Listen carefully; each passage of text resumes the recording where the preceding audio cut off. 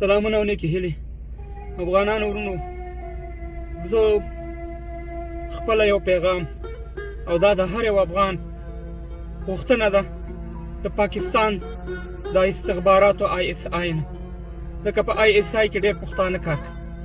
خدای قرآن ته وګورئ، زمونږ د افغانستان نه نور لاس واخلئ. تاسې سره هم مسلمانان هستئ، تاسې سره هم انسانان هستئ چې نه زما خور پرېږدي، نه زما مور پرېږدي، نه زما ماشومان پرېږدي، نه زما عالم پرېږدي، نه زما سیاستمدار پرېږدي، نه زما طالب پرېږدي. مونږ خو تاسې په وینو اخته کړي وو.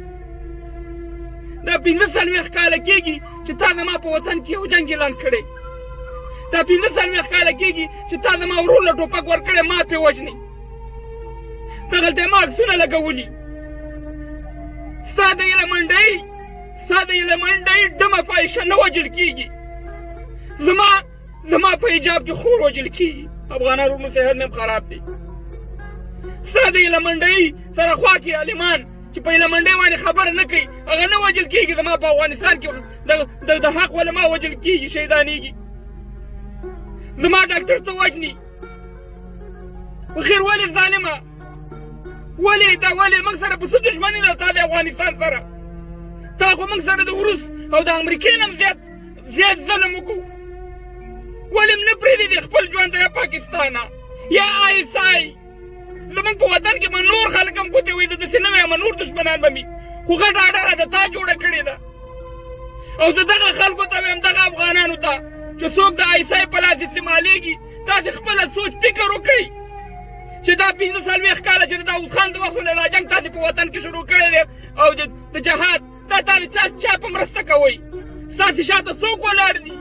خو همدغه پاکستان او همدغه امریکا تاسې سره کومک کوي. د چیش دپاره را سره کومک کوي، د دې دپاره را سره کوي چې په ما خپل خویندې او میندې مړې کړي، زما وطن وران کړي. ولې دا ظلم کېږي؟ ولې دا ناروا کېږي چې زه بله ورځ ما له پاکستانیان پیغور راکوي چې ستاسې خویندې میندې چې دي دا دلته هسپتال ته علاج ته راځي، نو خود به علاج ته راځي چې زما په افغانستان کې ته ما ته ډاکټر نه پرېږدې، وژنې راته، شفاخانه راته ورانې، مکتب راته ورانې، مدرسه راته ورانې. نو زه مجبورم چې پاکستان ته بیا لاړ شم که نه؟ په وطن کې راته د کار سره نه پرېږدي.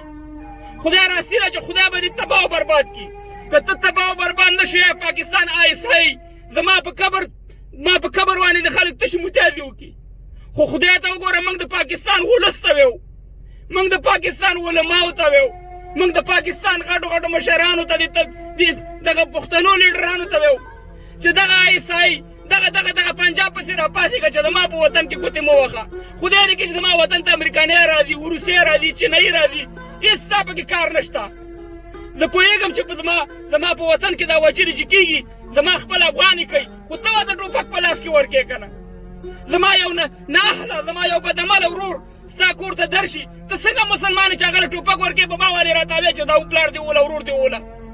یا دا د مسلمانۍ طریقه ده یا دا د ګاونډیتوب طریقه ده؟ صحت مې ښه نه دی افغانانو ورونو. خو په ننګرهار کې چې دا کمې هدفي ودانۍ یا په نور په افغانستان کې کېږي، زړه م کړېږي. موږ یو ډاکټره پیدا کړو، موږ یو پوه سړی پیدا کړو، هغه رانه پاکستان مړ کړي. ناکامورا چا مړ کړو؟ دا نور غټ مشران نه د چا وژل؟ یو ډزو مارې قیمت یې په موږ شروع کړی. د خدای په لحاظ باندې دغلته لوڅه ډمه په پنډۍ کې ګرځي، دغلته مې عکس لګولی، هغه نه وژل کېږي. زما په حجاب کې په بورکه کې خور مور چې TV کې کار کوي، هغه وژل کېږي. دا کوم انصاف دی؟ زه تاسې ته وایم افغانانو چې دا تاسې پاکستان استعمالوئ، خدای ته وګورئ د افغانستان د خویندو میندو فکر در سره شته که نشته؟ تاسې قیمت باندې یقین ساتئ، په الله یقین ساتئ، بس دی دغه جنګ ته د پای ټکی کېدی. دا پاکستان موږ استعمالوئ، د امریکا موږ استعمالوئ. تاسې خپل عقل او شعور لرئ که نه لرئ؟ ړم ډېر دردمند دی. خدای د پاکستانه سم که او که نه سمېږي پاکستانه، خدای دې په خپل غم اخته که، خدای دې ټوټې که پاکستانه، خدای دې در او په در که. ځکه خپل عوام دې په در کړي، څوک سعودي کې مسافري کوي، څوک یو ځای کې، او زما افغانان دې پورته در په در کړي دي. خدای ته وګوره، موږ د لاس واله دا ټوپک معامله پرېږده، زما ورور لکه قلم ورکړې ورکړه، کنې ستا د خیر او د شر د دواړو نه تېر یم. سلام درته کوم چې نور موږ نه واوړه پاکستانه. مه وژنه دا خویندې میندې راته، مه وژنه دا ورونه راته.